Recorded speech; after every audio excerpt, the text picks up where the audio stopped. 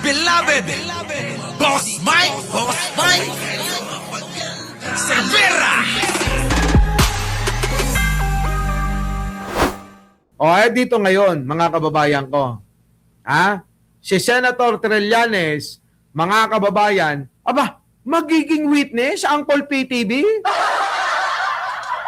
Grabe naman talaga. Si Senator pala, si Senator Trillanes ay magiging witness ni Sara Duterte mismo?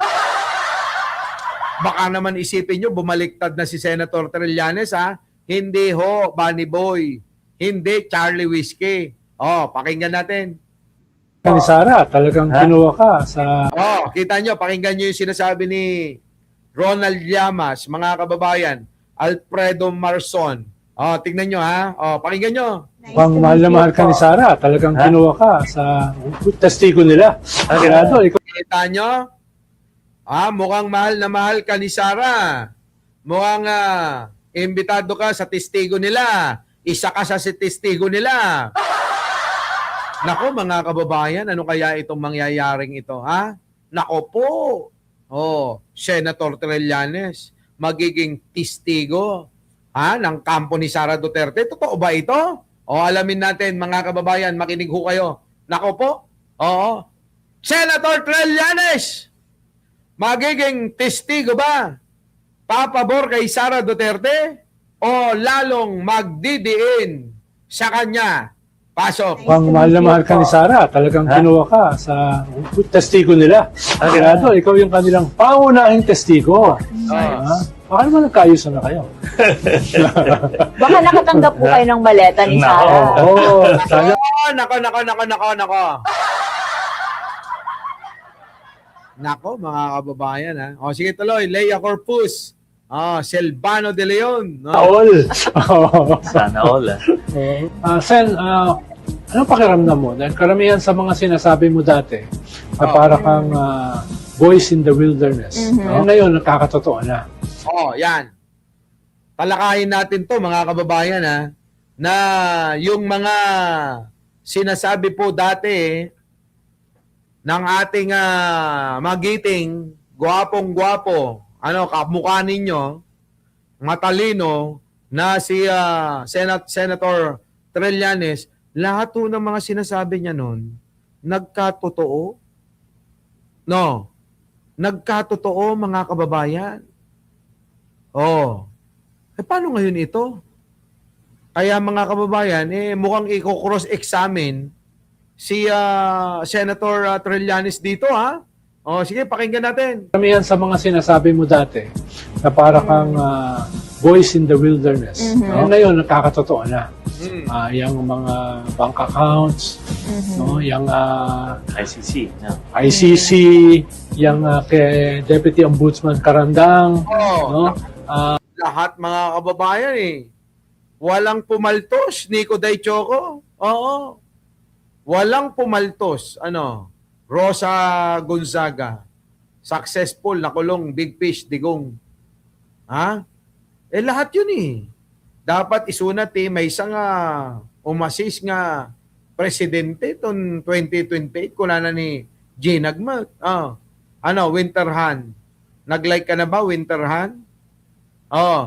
Nako, mga kababayan ko. Alam nyo, sa totoo lang, marami hong banta ng kamatayan ho si maraming banta ng pagpatay. Sino? Si Senator Trillanes. Alam niyo ho ba yun? Moneta Cereza Force? Lito Ordanza? Cherry Pink? Nako, Lorna Estaco, Rebecca Paule, Lisa Quito. Marami hong banta ho ng pagpatay. Laban nga ho rito, Marimar, kaya Senator Trillanes. Grabe, no? Sabi ni Winnie Artos, Sentry, ikaw na, hala ka. Ako, mga kababayan mukhang lumalakas yung panawagan na Sentry, ikaw na, mga kababayan. Ngayon, ito'y taong ito, ako'y bumibilib. Bakit ito, kanyo? Sa kabila ng napakaraming mga banta sa kanyang buhay, hindi ho siya natigil at hindi ho natinag na kung ganyan, baka ho sa iba lang, baka ho tumigil na tulad ni Marcoleta. Di po ba? O bakit si Marcoleta? Katulad ni Marcoleta, meron silang iniimbestigahan tungkol sa flood control project nung panahon ni Digong. Nung namatay na ho si Andaya, tumigil na siya. Di ba? Iniwan na ho yung laban nilang dalawa na iniimbestigahan nila. So, malayo, mga kababayan, kung bakit maiahalin tulad talaga natin itong si Senator Trillanes. Di ba? Norely Cruz. Elinita Piring. Yan yun. Na kahit na ho itong Ramlat, pakibati nga po, Boss Mike. Apat na pong kaarawan. Happy birthday kay Ramlat, 44 years old na ho, batang-bata. Birthday ngayon. Happy birthday!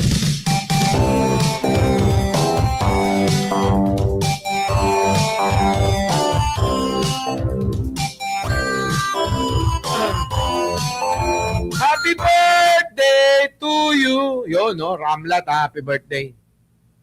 Ngayon, balikan natin ang katapangan ni Sentry. Kaya yung mga nagtatanong sa akin, eto na ho yung sagot ko. Ano nga ba ang nakita natin kay Senator Trillanes kung bakit natin to hinahangaan? Dahil sa kanyang katapangan. Una, wala po itong issue ng korupsyon. Hanapan nyo. Mga kababayan, kanina ka pa tanong ng tanong, Odek Mercado, sinabi na ngang replay, si Boss Mike, bumibeng-bang. Ulit! Jerilyn Asuncion. Diba, Corazon Taiko. Si Sentry, si Trillanes, wala po siyang issue ng korupsyon. Ikalawa, lumaban po talaga sa mga Duterte at talagang hindi niya iniwan yung laban. Hanggang ngayon, nakakulong na ho yung matandang Duterte, patuloy-tuloy pa ring lumalaban si Senator Trillanes. Mga kababayan, hindi talaga tinigilan.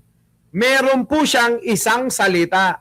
Alam nyo ako, sobrang paghanga ko sa ganong tao. Yung may isang salita. Sa totoo lang, kung babae lang to si Trillanes, baka ito niligawan ko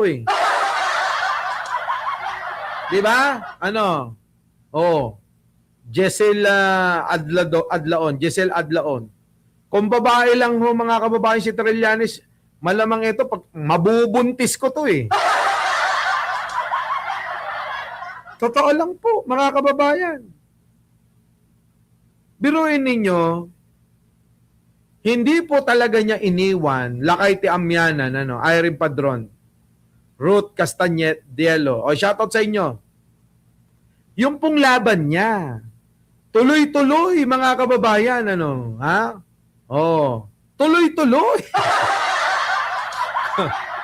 Masasama sa listahan kung mahaba, Arnold Lopez. Tuloy-tuloy po Di ba? Viola. Natigil ba siya? Hanggang ngayon, lumalaban pa rin. Paano hindi nyo hangaan? Anong pangako niya? Pag wala ka na, Duterte, sa kapangyarihan mo, babalikan kita, ipakukulong kita, sabi Norma Tanwangko. Ehana. Kaya mga kababayan, wala kang itatapon kay Senator Trillanes. Kaya nga ako'y nagtataka sa mga bobo at tanga na meron silang nasasabi dito. Di ba?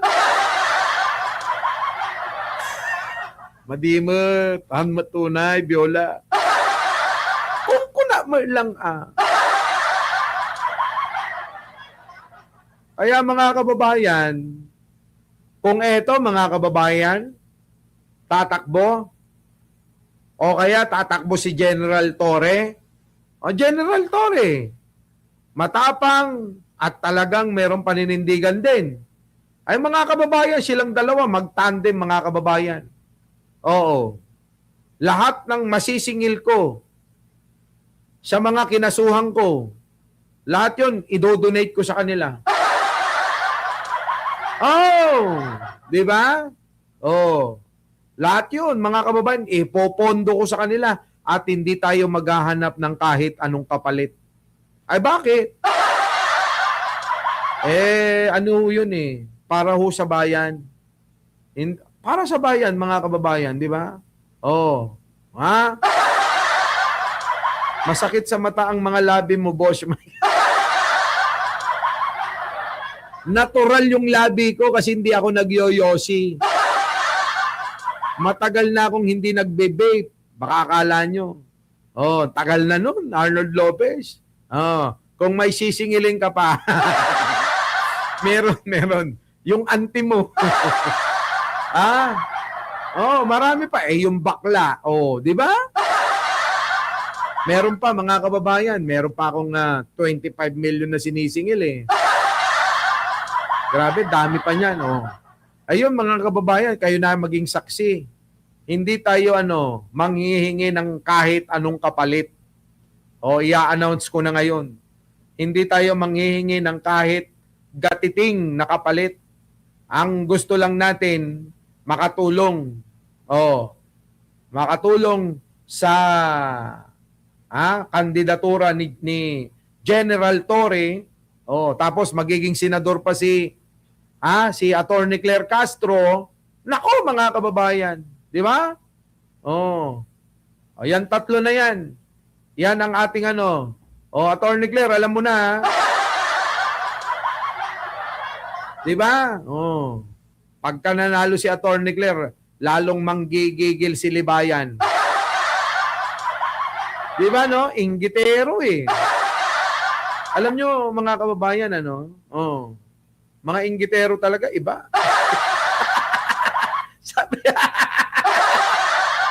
Sabi rito, Boss Mike, si Master Nyulo, wag mo munang singilin, please. Hindi ko naman sinisingil Tanungin mo sa kanya. Tanungin mo sa kanya. Ano sabi ko sa kanya? Ano sabi ko kay Nyulo? Tsaka na, kapag ikaw ay maluwag na, doon ka na magbayad, maalala mo kung bayaran, doon na lang, di ba? Paano? Nagpapagawa ng mansyon. Sinabihan ko na nga na hindi kakasya Ayun, ipinilit. Ayan, namumroblema ka tuloy. Akala mo kasi, tuloy-tuloy ang YouTube. Hindi ako umaasa sa YouTube na to Tingnan nyo si Nyulo, 2 channel niya na demonetize. Di ba? Yan yun, mga kababayan. Tuloy. Dito tayo Tandaan nyo, mga kababayan Dito tayo kay Senator Trillanes. Wala nang iba. Mali. Personally, siyempre, you feel good na marami ng nakakakita ng mga dati natin sinasabi. Pero we're still in the moment Dito pa tayo sa bakbakan Kaya di ba, mga kababayan, talaga makikipagbakbakan pa rin.